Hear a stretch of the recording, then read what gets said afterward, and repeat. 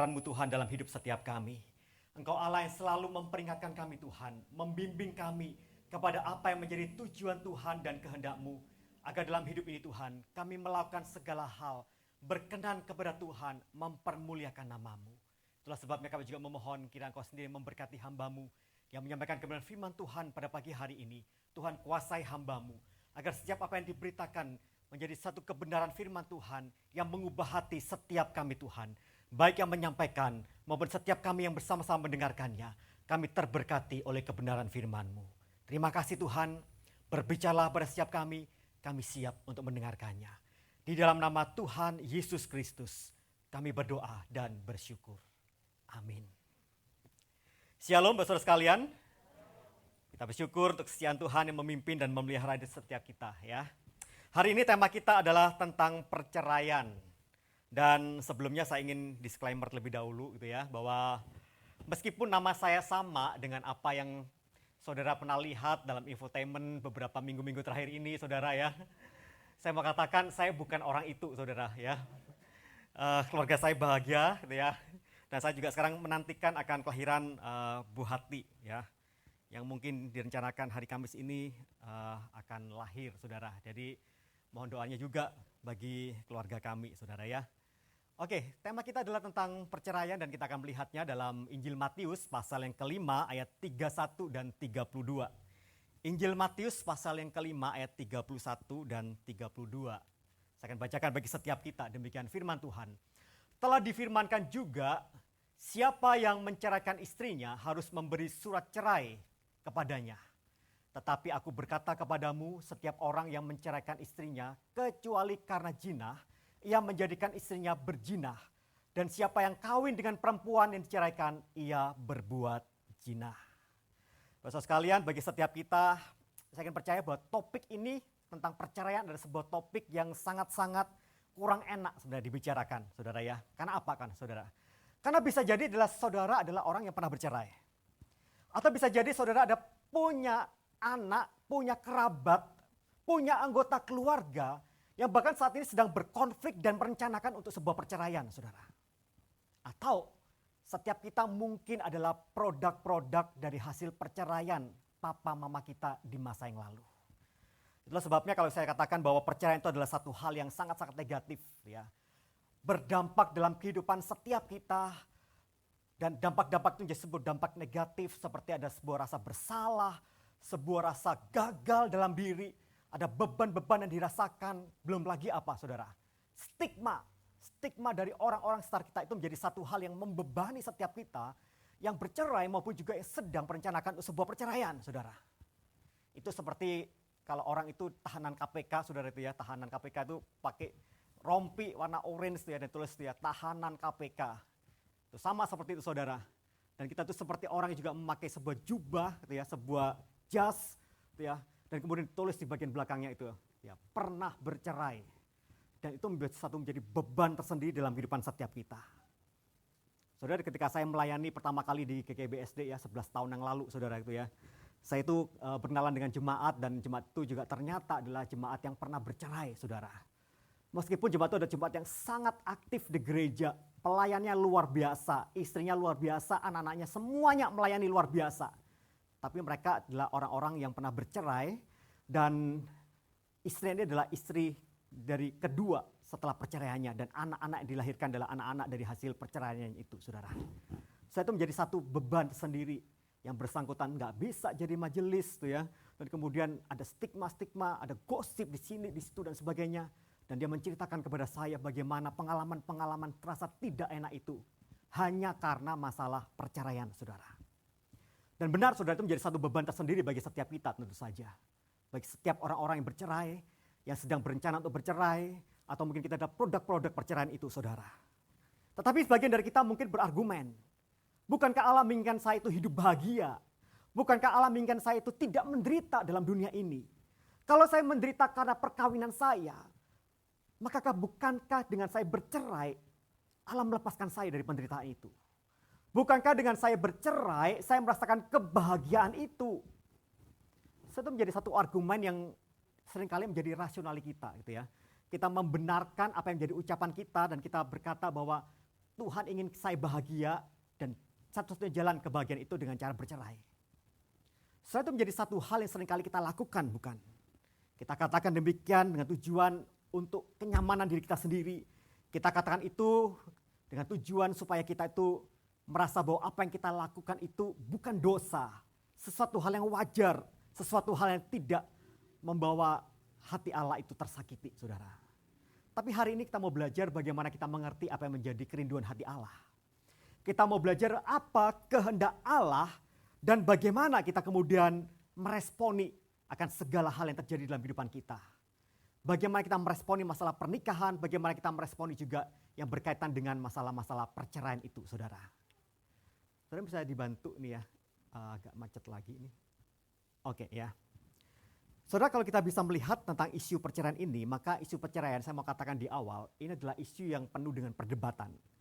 Bukan hanya perdebatan di antara jemaat, tapi perdebatan itu sampai level teolog-teolog Kristen, saudara. Dan perdebatannya itu cuma dua yang diperdebatkan ada satu hal ini. Boleh apa enggak bercerai? Itu menjadi perdebatan.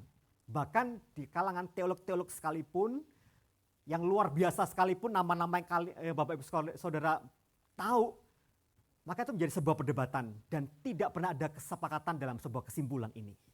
Itulah mengapa pada hari ini gitu ya, saya tidak ingin kita kemudian terjebak ya dengan sebuah hasil akhir kesimpulan boleh atau tidak boleh dalam sebuah perceraian itu.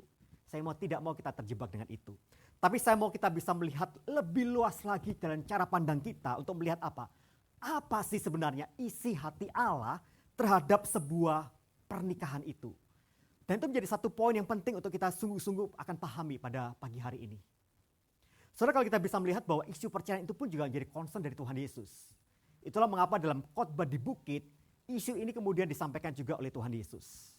Saudara, kalau kita bisa melihat dalam khotbah di bukit ini adalah bagaimana Tuhan Yesus menyampaikan ada 6 pernyataan perlawanan. Dan itu disebut dengan antitesis. Dan biasanya polanya itu dalam sebuah bentuk perlawanan diberikan Tuhan Yesus itu dengan satu frase, itu ya, telah difirmankan juga bla bla bla, ya, tetapi aku berkata kepadamu bla bla bla. Nah, itu adalah pola yang disampaikan Tuhan Yesus dalam khotbah di bukit ini 6 kali, saudara, di situ ya. Dan kalau kita bisa tahu bahwa antitesisnya itu, ya, ketika Tuhan katakan bahwa telah difirmankan juga. Karena ketika Tuhan katakan telah difirmankan juga, Tuhan Yesus katakan bahwa itu enggak ada dalam kebenaran firman Tuhan, dalam Taurat Tuhan, dalam perjanjian lama itu enggak ada. Sebenarnya yang ada adalah apa? Pengajaran-pengajaran yang bersumber dari tradisi. Dan tradisi itu juga bersumber memang dari penafsiran terhadap apa yang ada dalam Taurat Tuhan. Tetapi itu adalah sebuah penafsiran. Itu bukan firman yang sesungguhnya. Dan penafsiran itulah yang kemudian beredar di kalangan orang-orang Yahudi pada masa itu. Dan mereka itu kadang-kadang, saudara, ya, mereka membuat sebuah penafsiran-penafsiran yang tidak wajar, penafsiran-penafsiran yang bahkan menyimpang. Karena apa? Karena mereka punya kepentingan. Entah itu kepentingan pribadi, kepentingan golongan, dan segala kepentingan-kepentingan itu kemudian menjadi satu hal yang kemudian mereka memikirkan tentang ayat-ayat tertentu dalam Alkitab Perjanjian Lama, dan mereka kemudian tafsirkan sesuai dengan apa yang menjadi harapan mereka. Sehingga mereka merasa lebih nyaman, mereka merasa lebih tenang, ketika mereka melakukan semuanya itu. Termasuk, saudara, ketika mereka menginterpretasikan apa yang tertulis dalam Ulangan pasal 24 ayat yang pertama hingga yang keempat, saudara. Karena di sana kemudian ada kesan bahwa perceraian itu adalah hal yang bisa dilakukan dengan mudah. Bahkan juga dengan apa? Dengan alasan-alasan yang sepele sekalipun. Asal ada surat cerai, boleh cerai. Bisa cerai dengan mudah. Alasannya sepele, boleh. Itulah mengapa Tuhan Yesus dengan tegas dia katakan di situ. Telah difirmankan juga atau telah dikatakan, telah diajarkan kepada kamu, itu ya. Apa? Pengajaran itu apa? Siapa yang menceraikan istrinya harus memberi surat cerai kepadanya. Itu pengajaran yang disampaikan oleh orang-orang, itu ya, ahli-ahli Taurat mungkin, itu ya, yang beredar pada masa itu, saudara. Asal beri surat cerai, boleh cerai. Dan itu menjadi satu hal yang menjadi kemudahan tanda kutip ya, yang dirasakan oleh orang-orang Yahudi pada masa itu. Saudara, kalau kita bisa melihat bahwa pemahaman ini sebenarnya juga sangat-sangat beredar di kalangan orang-orang Yahudi dan itu juga dipahami bahkan oleh orang-orang Farisi. Itulah mengapa saudara kalau kita loncat dalam Matius pasal 19 ya, kita tahu ada orang-orang Farisi sengaja datang kepada Tuhan Yesus untuk apa dikatakan? Mencobai Tuhan Yesus. Dan dikatakan di sana dia bertanya kepada Tuhan Yesus, apakah diperbolehkan orang menceraikan istrinya dengan alasan apa saja? Itu pertanyaan mereka. Ingat ya, ini pertanyaan pencobaan ya, mencobai Tuhan Yesus. Dan mereka berkata, boleh nggak sih menceraikan istrinya itu dengan alasan apa saja? Mengapa pertanyaan ini timbul? Karena penafsiran terhadap Ulangan pasal 24 ayat yang pertama hingga keempat, saudara. Yang seakan-akan Musa itu memerintahkan seorang suami menceraikan istrinya kalau kedapatan istrinya itu berlaku tidak senonoh. Nanti kita akan lihat sebentar di sana, saudara. Tapi pertanyaannya bagi setiap kita adalah apakah memang Musa memerintahkan demikian? Nah, itu menjadi pertanyaan bagi setiap kita. Tapi terlebih dahulu kita akan memperhatikan Ulangan pasal 24 ini, saudara. Ayat yang pertama hingga yang keempat. Saya akan bacakan semuanya, saudara itu ya. Karena memang ini panjang tuh ya, tapi saudara bisa lihat di rumah. Tetapi pada intinya, saudara, maka bagian dari Ulangan pasal 24 ini berbicara tentang apa? Tentang larangan bagi seorang laki-laki atau seorang suami yang sudah menceraikan istrinya, lalu kemudian istrinya itu mungkin sudah menikah dengan pria yang lain, tapi kemudian istrinya itu pada akhirnya bercerai lagi gitu ya, diceraikan lagi oleh suami yang kedua itu, kemudian diambil menjadi istrinya kembali. Kan dikatakan di sana adalah itu adalah kekejian di mata Tuhan. Jadi ini sebuah larangan untuk mengambil istri yang sudah diceraikan itu untuk diambil lagi menjadi istri. Itu kekejian di mata Tuhan. Dan ini bukan satu bagian yang berbicara tentang diperbolehkan, ya, diwajibkan atau diperintahkan untuk menceraikan istri yang kedapatan tidak senonoh itu, saudara. Nah, itulah menjadi satu poin yang penting untuk kita terus melihat di sini, ya, bahwa ayat-ayat yang ditulis ini, ya, semata-mata bukan berbicara tentang masalah bahwa Musa itu kemudian memerintahkan, oke, kamu boleh cerai, ya, ini saya kasih surat cerai dan kamu legal dengan perceraian itu. Tidak demikian, saudara. Tapi sebenarnya ayat ini berbicara tentang larangan seorang laki-laki mengambil kembali mantan istrinya itu menjadi istrinya, dan itu menjadi sebuah kekejian di mata Tuhan. Tetapi kalau kita bisa tahu, saudara, memang ya secara tersirat, ya, secara tidak langsung kita bisa melihat bahwa memang Musa itu terlihat memang dia mengizinkan terjadinya sebuah perceraian. Dan terjadi perceraian itu karena apa? Karena suami mendapati istri berlaku tidak senonoh. Nah, tidak senonoh itu seperti apa? Nah, itu menjadi satu hal yang seringkali bingung. Alkitab tidak menjelaskannya tidak senonoh itu karena apa saja gitu loh masalahnya.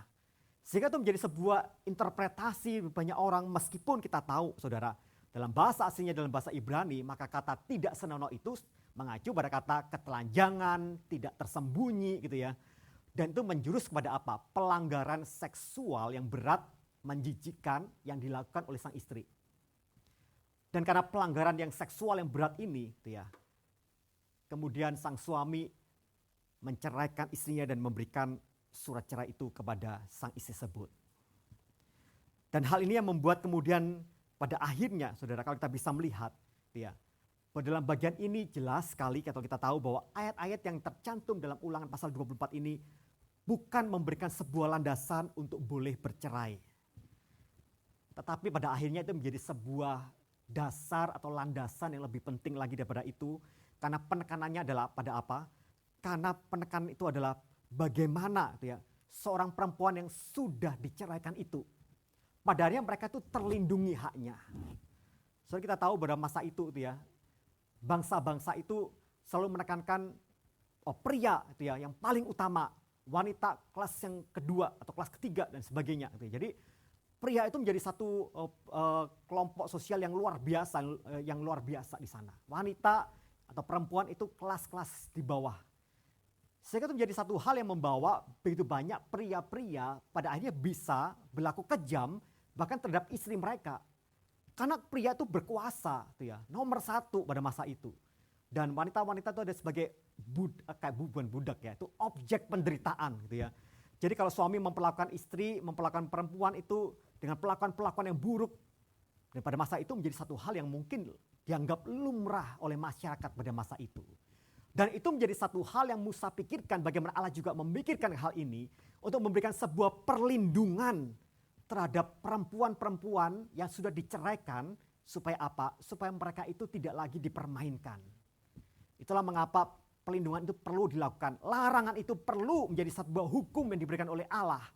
Agar setiap perempuan-perempuan itu terlindungi, mereka diperlakukan secara adil, tidak semena-mena, bahkan dengan seenaknya diceraikan, diterima lagi, kemudian diperlakukan dengan kejam dan sebagainya, saudara. Itulah mengapa dapat saya simpulkan bahwa Ulangan pasal 24 ini berbicara tentang 3 hal. Yang pertama adalah perceraian itu bukan hal yang direkomendasikan atau disetujui oleh Allah. Itu penting bagi setiap kita.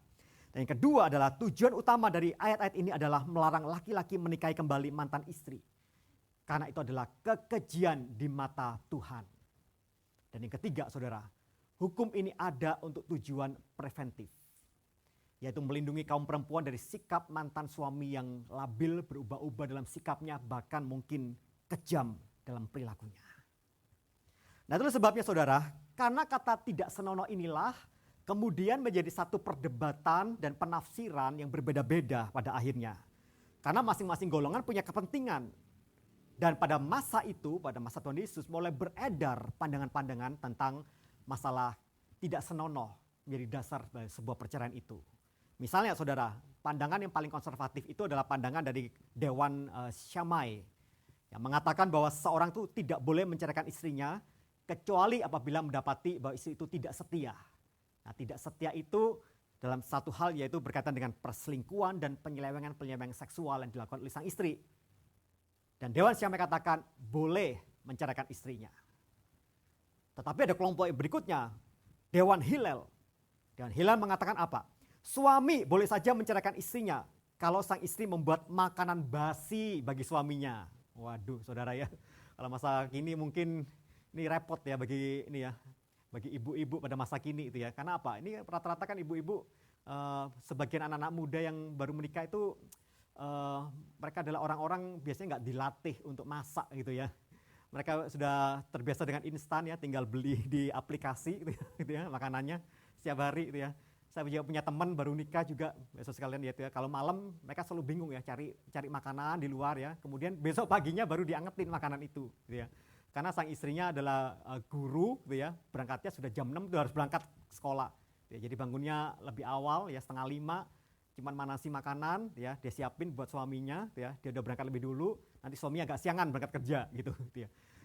Ini repot nantinya gitu loh, kalau disuruh masak dan sebagainya dan gosong, masakannya basi, aduh ya besok sekalian. Nah, terjadi pada masa kini, gitu ya, ada berapa ribu dan berapa ratusan ribu ya wanita-wanita yang akan meranah karena diceraikan oleh sang suami, saudara, gitu ya. Tapi itu sah bagi kelompok-kelompok Hillel ini, saudara, menganggap demikian. Jadi penafsiran sudah mulai berkembang ini. Bahkan yang 3 itu ya, penafsiran ini paling luas gitu ya, dari seorang Rabi Abika itu. Rabi Akiba ya, yang mengatakan bahwa suami boleh menceraikan istrinya apabila ia menemukan perempuan lain yang lebih cantik dari istrinya. Waduh ya, bayangin tuh ya. Bayangin ya, butuh berapa operasi yang perlu dilakukan di Thailand, saudara, mungkin ya, bagi istri-istri untuk mempercantik diri itu ya. Karena apa? Ini bisa muncul sebuah penafsiran demikian. Mereka juga ngelihat tuh dalam Ulangan pasal 24. Apa yang mereka lihat? Mereka lihat tuh di Ulangan pasal 24 ada kata demikian, bahwa dia tuh tidak menyukai lagi perempuan itu. Gitu loh. Jadi tidak menyukai lagi perempuan itu. Nah, ini ya, kalimatnya dipegang itu sama dia. Pokoknya kalau tidak menyukai istri saya berhak menceraikan. Kalau saya sedang mencintai atau menyukai perempuan yang lain, saya tidak menyukai lagi istri saya berhak menceraikan. Itu penafsiran-penafsiran yang semakin liar, ya, semakin meluas, dan itu juga terjadi di kalangan orang-orang Yahudi pada masa itu, saudara. Sehingga dengan pandangan-pandangan yang berbeda-beda ini kemudian bahwa kita tahu bahwa mereka selalu berpikir tentang apa? Bahwa perceraian itu terjadi karena kesalahan istri. Itu ya. Jadi istri salah nggak salah, tetap salah. Sehingga perceraian itu harus terjadi. Nah, itu kira-kira yang terjadi di situ.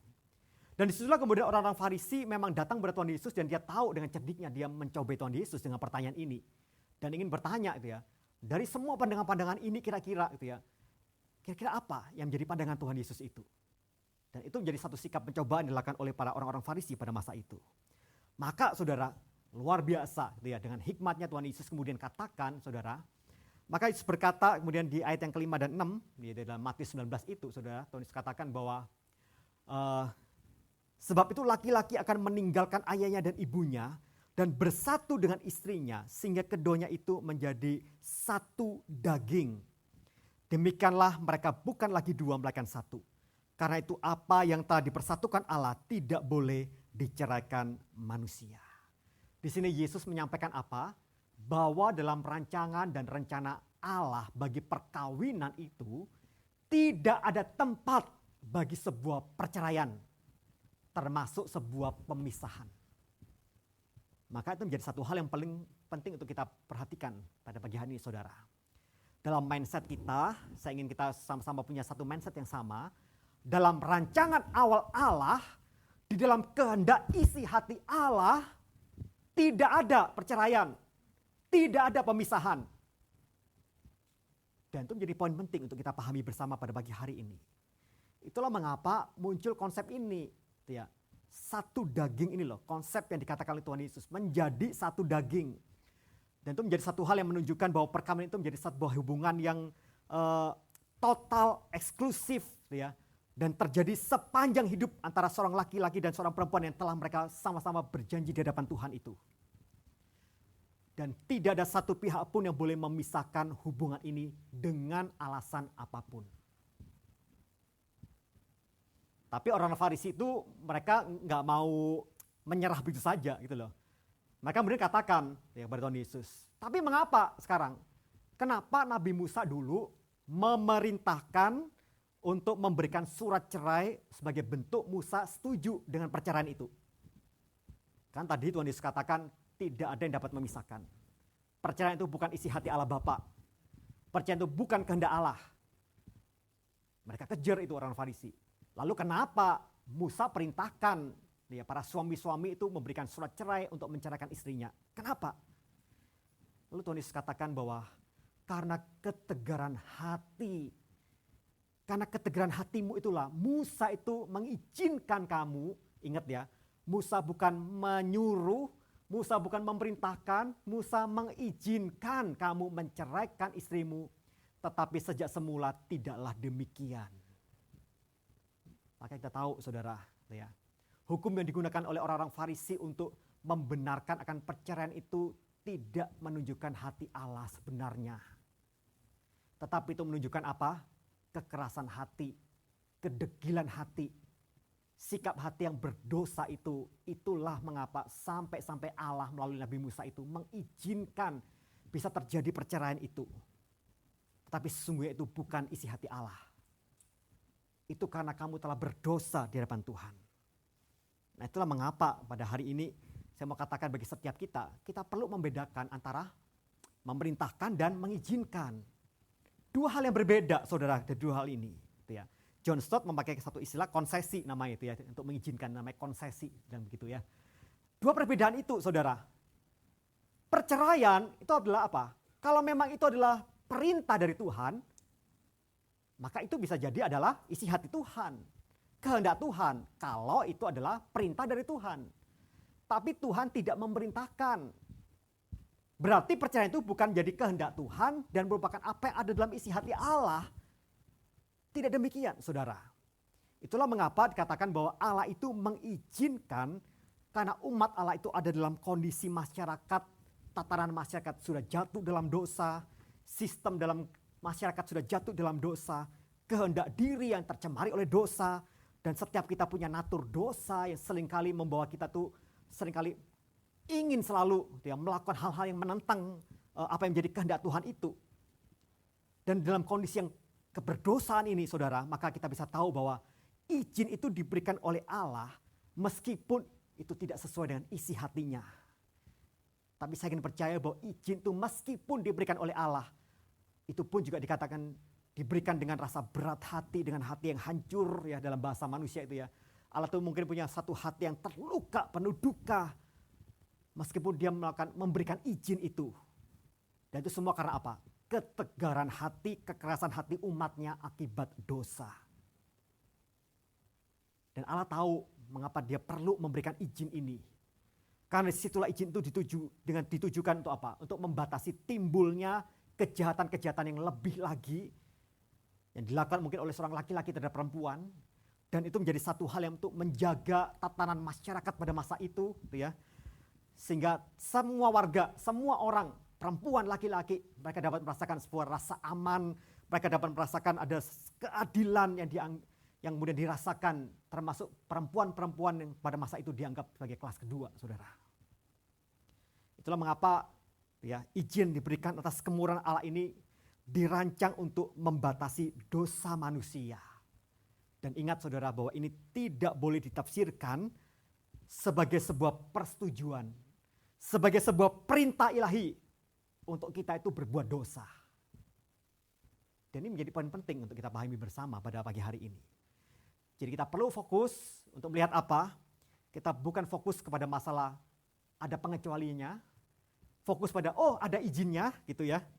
Tetapi fokus bahwa apa kehendak Allah, apa isi hati Allah terhadap pernikahan setiap kita, saudara. Itu menjadi mindset kita seharusnya. Bukan berfokus kepada mencari celah gitu ya. Sehingga kemudian kita merasakan dengan mudahnya ketika konflik itu terjadi tengah-tengah rumah tangga kita, dengan mudahnya terucap, ya udah kita cerai saja. Ya mudah kita cerai saja. Dan itu menjadi satu hal yang saya pikir dan percaya bahwa setiap orang-orang percaya harus benar-benar menggumulkan. Bahwa isi hati Allah, kehendak Allah dalam kehidupan setiap kita itu adalah bagaimana Allah ingin sebuah kesatuan sebagai suami dan istri itu sampai maut memisahkan itu, saudara. Saudara, kalau kita bisa kembali kepada apa yang dikatakan oleh Tuhan Yesus dalam khotbah di bukit itu, maka kemudian kalau kita bisa melihat itu ya, Matius 5 ayat 32, kemudian Tuhan Yesus melanjutkan, tetapi aku berkata kepadamu. Nah ini kemudian Tuhan Yesus memberikan sebuah klarifikasi itu ya, apa yang salah, kemudian Tuhan Yesus ingin kembali membuat sebuah penegasan di sana. Tuhan Yesus katakan apa? Setiap orang yang menceraikan istrinya kecuali karena jinah, yang menjadikan istrinya itu berjinah, dan siapa yang kawin dengan perempuan yang diceraikan, ia berbuat jinah. Saudara, jelas di sana dikatakan ada kata kecuali karena jinah. Itu pun pakar-pakar Alkitab juga mengakui bahwa kata itu adalah kata yang memang ada dan bukan ditambahkan setelahnya. Kata itu memang ada, kata kecuali, nggak diganti itu kata kecuali itu. Diganti dengan sekalipun, ganti dengan apa, tidak saudara. Memang ada kata kecuali itu. Bahkan juga ditegaskan oleh Matius di pasal 19 tadi, ayat ke-9. Dengan perkataan yang mirip-mirip sana. Ada kecuali kala zina itu. Tetapi saudara, masalahnya adalah bahwa di Injil Markus dan di Injil Lukas, tidak ada pengecualian yang ditulis di sana. Itu jadi masalah. Ya, kalau Matius mencatat ada pengecualian, maka Markus dan Lukas tidak memberikan pengecualian di sana. Dan inilah yang membawa sebuah perdebatan teologis pada akhirnya ya, di kalangan para teolog-teolog Kristen, orang-orang yang luar biasa. Bagi teolog-teolog tertentu mereka menganggap bahwa tidak boleh ada perceraian apapun alasannya. Tidak ada pengecualian. Karena apa? Karena jelas Markus dan Lukas bahkan tidak memberikan pengecualian itu. Tetapi juga bagi sebagian teolog kemudian tetap mempertahankan bagaimanapun di Matius tetap mencatat ada pengecualian. Bahkan juga Rasul Paulus pun juga memberikan satu hal yang tersirat bahwa pengecualian itu menjadi satu hal yang juga bisa dilakukan. Sehingga itu menjadi satu perdebatan tersendiri di kalangan teolog dan itu juga menjalar pada jemaat-jemaat Tuhan. Ada jemaat Tuhan yang merasa dengan sakleknya mengatakan nggak boleh ada perceraian apapun yang terjadi, apapun alasannya nggak boleh. Dan kemudian orang kemudian mulai berargumen, bagaimana kalau sang istri kemudian disiksa habis-habisan, ya kan? Udah mau mati, ya. Masa nggak boleh bercerai? Ya, nggak boleh, gitu ya, dan sebagainya. Ya, karena kesaklokan hal itu, saudara itu ya. Dan saya percaya bahwa itu menjadi sebuah perdebatan bagi setiap kita. Untuk kita kembali, saya mau katakan, saya mulai berpikir bahwa kita nggak boleh memperdebatkan hal ini pada akhirnya. Karena saya rindu bahwa setiap kita coba kembali terlebih dahulu. Apa yang menjadi isi hati Allah, apa yang menjadi kehendak Allah. Ketimbang kita cuma memikirkan boleh, nggak boleh, saudara. Masalahnya adalah jemaat seringkali sukanya itu yang apa? Kesimpulan akhir, boleh, nggak boleh. Dan itu yang diperdebatkan, saudara. Tanpa pernah menyadari sebenarnya apa kerinduan Allah. Apa isi hati Allah terhadap pernikahan setiap kita. Dan kalau kita bisa tahu dalam Injil Matius ini, kemudian pengecualian itu terjadi karena apa? Dikatakan kecuali karena zina. Nah kata zina ini saudara adalah kata dalam bahasa aslinya adalah porneia, gitu ya, yang artinya adalah dosa seksual khusus yang mencakup adalah ada percabulan, itu juga porneia, incest, ya, hubungan persetubuhan antar anggota keluarga, itu juga berkaitan dengan porneia dan juga jelas perselingkuhan secara fisik itu, saudara. Dan kata zina ini, ya, dalam bahasa Yunani sebetulnya, ya, porneia itu sama sebetulnya artinya dengan kata tidak senonoh yang ditulis dalam Ulangan pasal 24. Kata yang sama muncul di sana. Ya. Dan perzinahan itu menjadi sebuah bentuk ketidaksetiaan dalam ikatan perkawinan dan itu melanggar prinsip satu daging tersebut. Prinsip satu daging itu menjadi satu dasar, ya, di dalam perkawinan. Ketika perzinahan, perselingkuhan itu terjadi, maka sebenarnya orang yang melakukan perzinahan dan perselingkuhan itu dia melanggar konsep satu daging. Karena dia telah bersetubuh dengan pria atau dengan wanita yang lain, saudara. Gitu. Tetapi di satu sisi berikutnya, maka soalnya perkataan Tuhan Yesus di ayat 32 itu menjadi satu hal yang juga menegaskan. Menegaskan apa? Menegaskan kuatnya pernikahan itu, saudara. Karena apa? Karena ketika suami itu menceraikan istrinya, ya, meskipun bukan karena berzina istrinya itu sama seperti sang suami itu mendorong istrinya itu untuk berzina. Karena pada akhirnya istri itu akan menikah dengan pria yang lain. Dia gak akan kuat sebagai seorang perempuan di tengah-tengah kondisi minoritas, ya, kelas 2. Bagaimana bisa bertahan dengan kehidupan seperti itu? Dia butuh pria yang bisa menghidupi dia. Itulah mengapa wanita-wanita, perempuan-perempuan yang bahkan yang sudah cerai, ya, pada masa itu, mereka harus nikah lagi. Kalau enggak mereka bisa hancur dalam kehidupan mereka. Karena mereka enggak dianggap sebagai perempuan, itu menjadi masalah. Mereka perlu bergantung kepada laki-laki. Nah, itulah mengapa suami-suami yang menceraikan istrinya pada akhirnya mendorong istri itu kemudian pada akhirnya berzina, nikah kembali. Atau kalaupun sang istri itu kemudian enggak berzina, ya, dia pulang ke rumah orang tuanya, dia tinggal bersama orang tuanya dan tidak menikah lagi. Maka dikatakan di sana bahwa perempuan ini pun juga ditempatkan dalam posisi atau dikategorikan atau diberikan status sebagai pezina juga. Maka kita bisa tahu ini, ikatan pernikahan itu sangat kuat. Gitu ya. Meskipun diceraikan gitu kan, meskipun diceraikan Tuhan katakan, meskipun itu diceraikan tetap, gitu ya, pribadi yang ceraikan itu tetap dalam bentuk apapun dia berzina. Dan dalam status sebagai pezina, meskipun dia bahkan tidak berbuat zina pada akhirnya. Nah itu menjadi satu hal yang kita bisa melihat bagaimana kuatnya sebuah pernikahan itu. Dan itu menjadi satu hal yang seharusnya perlu dipertahankan sebagai orang-orang percaya di sini, saudara. Dan meskipun saudara kalau kita bisa tahu memang Tuhan mengatakan ada pengecualian itu. Maka sekali lagi saya mau katakan kita tidak boleh gegabah untuk mengatakan Yesus memerintahkan. Ya, Yesus memerintahkan. Tidak demikian saudara. Ya. Yesus tidak pernah memerintahkan orang yang menjadi korban perselingkuhan pasangan itu kemudian harus menceraikan pasangan yang telah berbuat zina itu. So tidak demikian. Dan ini menjadi satu kesalahan begitu banyak orang Kristen. Mendapati suami atau istrinya kemudian berselingkuh. Apa yang dilakukan? Aku mau cerai. Gitu ya. Pokoknya cerai. Itu Alkitab tulis. Gitu ya. Alkitab katakan gitu ya, kalau pasangan berselingkuh saya boleh bercerai. Tidak demikian saudara. Maka kalau kita bisa punya prinsip seperti itu. Kita kembali tidak bisa melihat bahwa apa isi hati Allah terhadap sebuah pernikahan. Kita lupa dan kita melupakan apa yang menjadi kerinduan dan kehendak Allah dalam pernikahan itu. Itulah mengapa Tuhan Yesus tidak pernah memerintahkan kalau kamu kedapatan pasanganmu bercerai, pasanganmu berselingkuh, yang melakukan perzinahan, kamu cerai sajalah. Tidak demikian. Justru kita perlu melihat bagaimana kita tuh mengusahakan sebuah rekonsiliasi dan bagaimana kita tuh mematuhi apa yang menjadi kerinduan Allah dan kehendak Allah bagi setiap kita, melihat rancangan Allah atas pernikahan itu bahwa tidak ada perceraian. Dan kita perlu terus diingatkan tuh ya, apa yang telah dipersatukan Allah tidak dapat diceraikan oleh manusia. Apa yang telah dipersatukan Allah tidak boleh diceraikan oleh manusia. Itulah mengapa kalau terjadi konflik, jangan mudah untuk tiba-tiba selalu mengatakan kita cerai, kita cerai. Kita perlu dengan sungguh-sungguh tuh ya, bertobat di depan Tuhan. Kita mau terus datang kepada Tuhan dengan segala konflik itu. Kita mau datang kepada Tuhan dan kita memohon kiranya Tuhan sendiri yang memberikan satu rekonsiliasi di tengah-tengah segala konflik yang terjadi. Itulah mengapa saudara saya katakan bahwa rancangan Allah itu tidak pernah ada rancangan persetujuan untuk sebuah perceraian. Kenapa? Karena pernikahan itu adalah sebuah janji kudus yang kita ambil di hadapan Allah, saudara. Sehingga itu harus benar-benar menjaga pernikahan yang telah dipersatukan oleh Allah itu sendiri. Kalau kita sudah pernah di depan altar Tuhan, di hadapan jemaat Tuhan sekalipun, kita mengucapkan janji-janji kudus itu tentang pernikahan, maka ingatlah, jangan mudah itu menjadi satu hal yang dipisahkan dan diingkari pada akhirnya, saudara.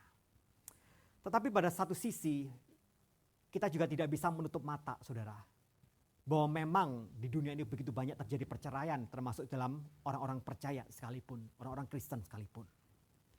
Tapi saya rindu bagi setiap kita juga menjadi orang-orang yang juga tidak lagi melihat bahwa orang-orang yang telah bercerai atau telah gagal itu menjadi orang-orang yang kemudian kita cibir, yang kita gosipkan, dan kemudian itu menjadi orang-orang yang kita singkirkan dalam gereja Tuhan. Tapi sebagai gereja Tuhan, saya rindu bagi setiap kita itu kita boleh merangkul mereka. Meskipun mereka pernah gagal dalam hidup mereka, mereka telah bersalah di depan Tuhan, berdosa di depan Tuhan, maka adalah orang-orang juga yang pada akhirnya mereka juga dikasihi oleh Allah, saudara.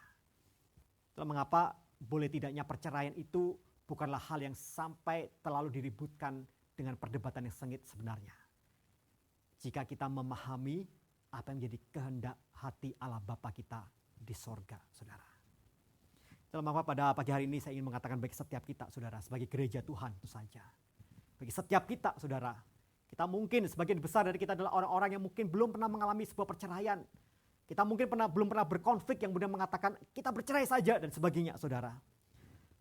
Tetapi saudara, saya mau katakan bagi setiap kita bahwa ketika kita melihat dan mendapati saudara-saudara seiman kita dan mereka hidup dalam kehidupan yang penuh dengan dosa, mereka telah bercerai, mereka telah salah langkah dalam kehidupan mereka. Saudara, saya mau katakan bagi setiap kita, bila kita menjadi gereja Tuhan yang sungguh-sungguh dalam kehidupan ini, merangkul setiap mereka.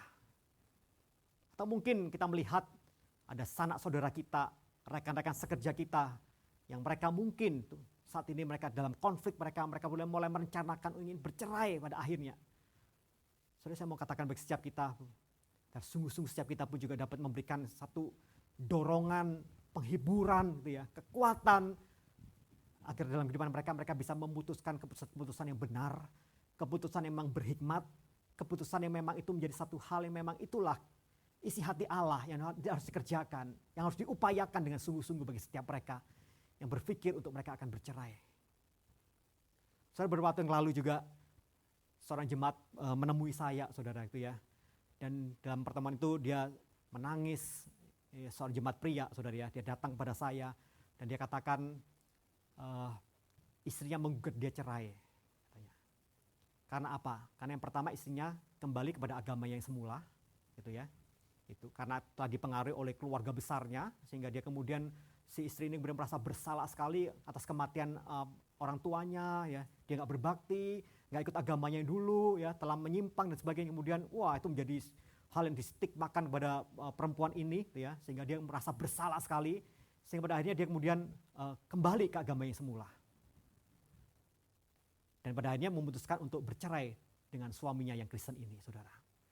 Tapi satu hal yang luar biasa saya dapati dari sang suami ini, saudara.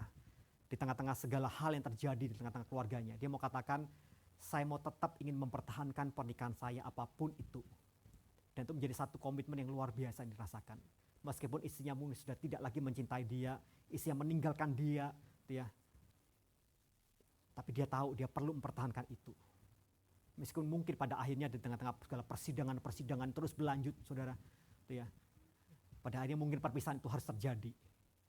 Tetapi prinsip ini harus ada, saudara. Prinsip bahwa saya ingin tetap mempertahankan pernikahan. Kan itulah kehendak isi hati Allah Bapa bagi setiap kita orang-orang percaya. Pertahankanlah pernikahan itu, saudara. Itulah mengapa bagi setiap saudara saat ini yang mungkin di antara kita adalah orang-orang yang pernah gagal itu, saudara. Saudara ingatlah, jangan pernah saudara merasa gagal, jangan pernah saudara merasa terus-menerus dibayang-bayangi oleh rasa bersalah dan kegagalan itu, saudara. Tapi saya rindu bahwa setiap kita tuh menyadari bahwa ada pengampunan dari Allah Bapa di sorga yang disediakan bagi setiap kita. Yesus datang bukan untuk orang yang benar. Yesus datang untuk orang-orang yang berdosa, yang lemah seperti kita, saudara. Meskipun kita tidak setia, meskipun kita telah salah langkah, berdosa di hadapan Tuhan dan memilih jalan mungkin sebuah perceraian sekalipun. Ingatlah Allah kita adalah Allah yang tetap yang setia. Dia Allah yang mau mengampuni setiap dosa dan pelanggaran kita, dan dia ingin menjadikan kita menjadi pribadi yang baru meskipun kita pernah gagal sebelumnya. Dan jangan pernah kita berpikir menjadi orang-orang yang gagal seterusnya. Kita adalah orang-orang yang pernah gagal. Tapi dalam kegagalan itu Allah telah membayar lunas setiap kegagalan dosa kita itu. Membawa kita sebagai anak-anak Allah, orang-orang yang baru dalam Kristus. Dan saya rindu setiap kita juga berjalan di dalam kehidupan yang baru itu di dalam Kristus. Dan bagi saudara-saudara seiman kita juga mungkin dari antara saudara yang saat ini mungkin adalah orang-orang yang pernah terluka karena disakiti oleh pasangan, karena pasangan itu tidak setia. Saudara, saya mau katakan bagi setiap kita, mari saudara belajar juga untuk apa? Mengampuni setiap pasangan yang telah berdosa. Ampuni mereka, kasihi mereka. Buatlah sebuah rekonsiliasi, sebisa mungkin lakukan itu. Karena bukankah itu Kristus telah lakukan bagi setiap kita. Ketika dia datang dalam dunia ini dan dia naik ke atas kayu salib itu. Bukankah dia itu datang untuk membawa sebuah rekonsiliasi antara kita orang berdosa itu dengan Allah Bapa di sorga. Dan itu menjadi satu contoh keteladanan bagaimana kita pun perlu belajar berrekonsiliasi, mengampuni orang-orang yang telah bersalah pada kita. Termasuk pasangan-pasangan kita yang tidak setia sekalipun. Kita mau belajar sebagaimana Kristus telah melakukan itu terhadap kita terlebih dahulu. Saudara, mari sama-sama kita tundukkan kepala sejenak. Kita mau berdoa di hadapan Tuhan. Bapa dalam surga, terima kasih pada pagi hari ini kembali kami diterangi oleh kebenaran firman Tuhan. Satu isu yang luar biasa Tuhan, yang sekali menjadi satu isu-isu yang sering digosipkan di antara jemaat-jemaat Tuhan.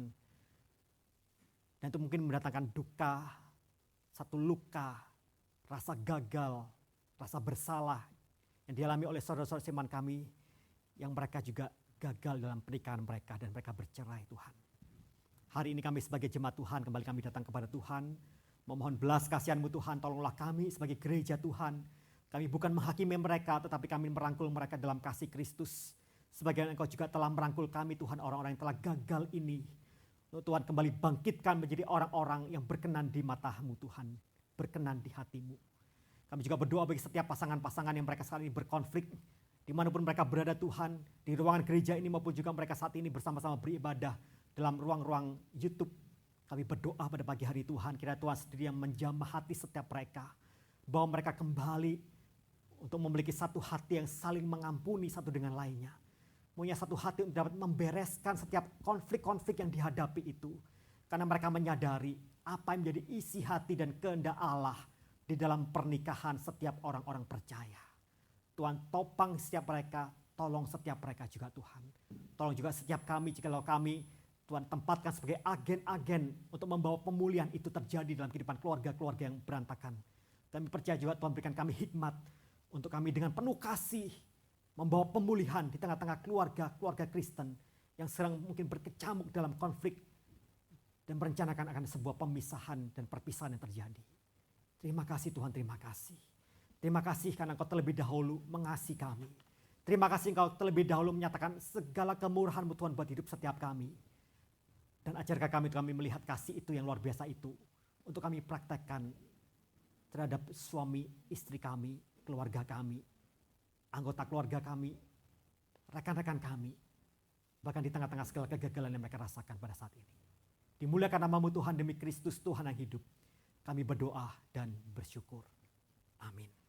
Tuhan berkati setiap kita.